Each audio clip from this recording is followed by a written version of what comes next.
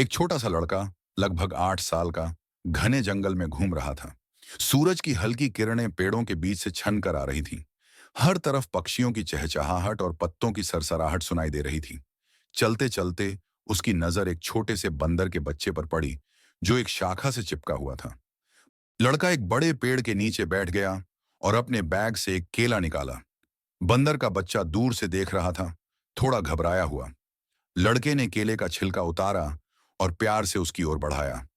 बंदर ने पहले झिझकते हुए देखा, फिर धीरे धीरे हाथ बढ़ाया और केला ले लिया। अब दोनों दोस्त बन चुके थे। जंगल के एक खुले मैदान में लड़का और बंदर का बच्चा खेल रहे थे। लड़का एक लकड़ी का टुकड़ा हवा में फेंकता और बंदर कूदकर उसे पकड़ लेता। कभी कभी बंदर लड़के के कंधे पर चढ़ जाता, तो कभी घास पर कूदता फांदता।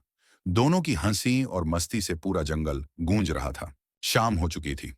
सूरज अपनी सुनहरी किरणें फैलाते हुए पहाड़ियों के पीछे छिपने की तैयारी कर रहा था। लड़का एक पतली पगडंडी पर चल रहा था और बंदर का बच्चा उसके कंधे पर बैठा था। बंदर ने लड़के की शर्ट को मजबूती से पकड़ रखा था। लड़के ने उसकी ओर देखा और मुस्कुराया। दोनों के बीच एक अनकहा रिश्ता बन चुका था। घर पहुंचकर लड़के ने बंदर के बच्चे को अपने छोटे से कमरे में लाकर बिस्तर पर बिठाया। बंदर चारों ओर देख रहा था, मानो सब कुछ नया हो। लड़के ने अपने बैग से एक और केला निकाला और उसे दिया। बंदर आराम से बैठकर केला खाने लगा। लड़का उसे देखकर मुस्कुराया और धीरे से बोला, अब तुम मेरे दोस्त हो। लड़का अपने माता पिता के पास आया। बंदर का बच्चा उसकी गोद में बैठा था। माता पिता ने पहले आश्चर्य से देखा, फिर थोड़ी चिंता जताई।